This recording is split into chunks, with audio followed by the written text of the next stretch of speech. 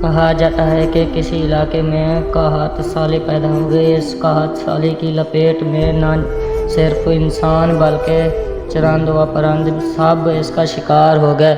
موسیقی ملکان حد پریشان تھے۔ اس دوران ایک مسجد کے مولوی نے جمعے کے خطبے میں نہایت یقین کے ساتھ یہ بات بتائی کہ اللہ کا نام لے کر یعنی بسم اللہ پڑھ کر دریا کو حکم دیا جائے تو وہ بھی نافرمانی نہیں کرتا۔ خطبہ سننے والوں میں ایک چرواہا بھی موجود تھا۔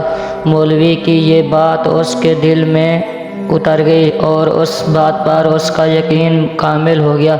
اس نے واپس آ کر اپنی بکریاں کھولیں اور سیدھا دریا پر چلا گیا۔ اونچی آواز سے بسم اللہ پڑھا اور دریا کو کہا وہ اپنی بکریاں چروانے کے لیے دوسرے پار جانا چاہتا ہے اور اس سے کہا کہ مجھے اپنے اوپر سے گزرنے دے۔ یہ کہہ کر اس نے اپنی بکریوں کو لیا اور دریا پر چلتا ہوا دریا پار کر گیا۔ دریا کے دوسری طرف کا علاقہ گھاس سے بھرا ہوا، درختوں کے پتے بھی سلامت تھے، کیوں نہ کہ کسی کو یہاں تک آنے کی رسائی نہیں تھی۔ اس نے خوب اچھی طرح اپنی بکریوں کو سیر کروایا اور واپس لوٹ آیا۔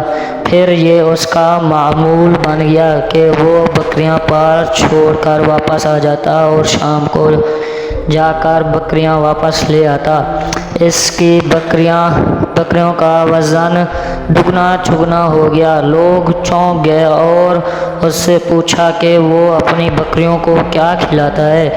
وہ سیدھا سادہ اور صاف دل نوجوان تھا اور اس نے صاف بات بتا دی کہ جناب میں تو بسم اللہ الرحمن الرحیم پڑھ کر دریا پر چل کر اپنی بکریاں دوسری طرف چروانے لے جاتا ہوں۔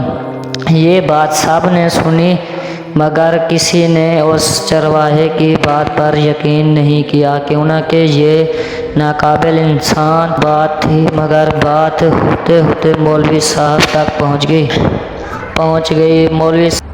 مولوی صاحب نے اس چرواہے کو بلایا اور سارا ماجرا پوچھا۔ اس چرواہے نے مولوی صاحب کو ہی حوالہ بنا لیا کہ مولوی صاحب میں تو آپ کا شکریہ ادا کرنے والا تھا۔ آپ نے جمعہ کے خطبے میں جو نصیحت بتایا تھا کہ بسم اللہ کہہ کر دریا کو بھی حکم دو تو وہ بھی انکار نہیں کرتا، تو میں تو بس آپ کے نسخے پر ہی عمل کر رہا ہوں۔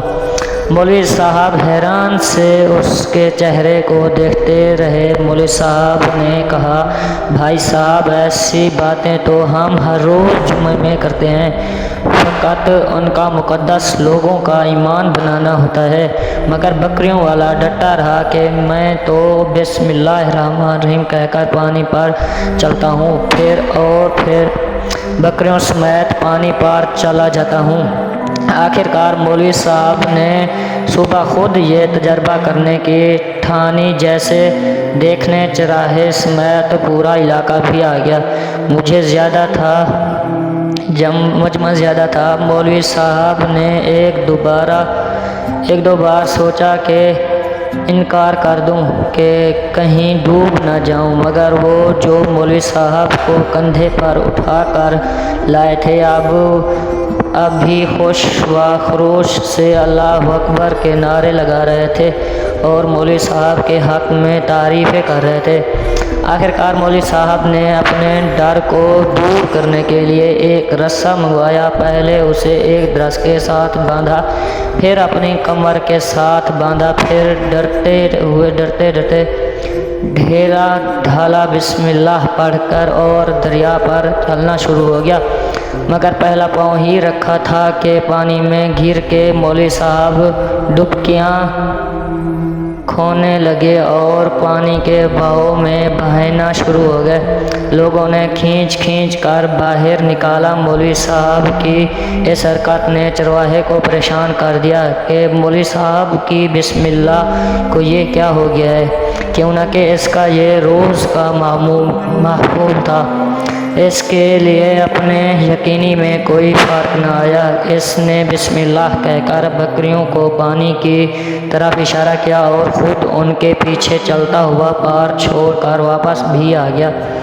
لوگ اسے سمجھ رہے تھے اور اس کے حق میں نعرے لگا رہے تھے، مگر وہ سب سے بے نیاز سیدھا سادہ انسان تھا۔ وہ مولوی صاحب کے پاس پہنچا اور کہا، مولوی صاحب، میں آپ کی بسم اللہ کی تعریف سے کافی پریشان تھا، مگر پانی پر چلتے ہوئے مجھے آپ کی بسم اللہ بیماری کا پتہ چل گیا۔ اس چرواہے نے درخت سے باندھی رسی کی طرف اشارہ کیا اور کہا، مولوی صاحب، یہ ہے آپ کی بسم اللہ کی بیماری۔ آپ کی بسم اللہ کی برکت کو یہ رسہ کھا گیا۔ آپ کو اللہ اور بسم اللہ سے زیادہ اس کے رسے پر بھروسہ تھا، لہٰذا اللہ نے بھی آپ کو رسی کے حوالے کر دیا۔ پھر کہنے لگا، مولوی صاحب، آپ بھی کمال کرتے ہو۔ میں نے آپ کے منہ سے سنا اور یقین کر لیا، اور اللہ نے میرے یقین کی لاج رکھ لی، مگر آپ نے اللہ کا کلام سنا مگر یقین نہیں کیا، لہٰذا آپ کو اللہ نے رسوا کر دیا۔ محترم عزیز دوستو، یہی کچھ ہمارا حال ہے۔ ہماری نمازوں اور دعاؤں کا حال بھی یقینی سے خالی ہے۔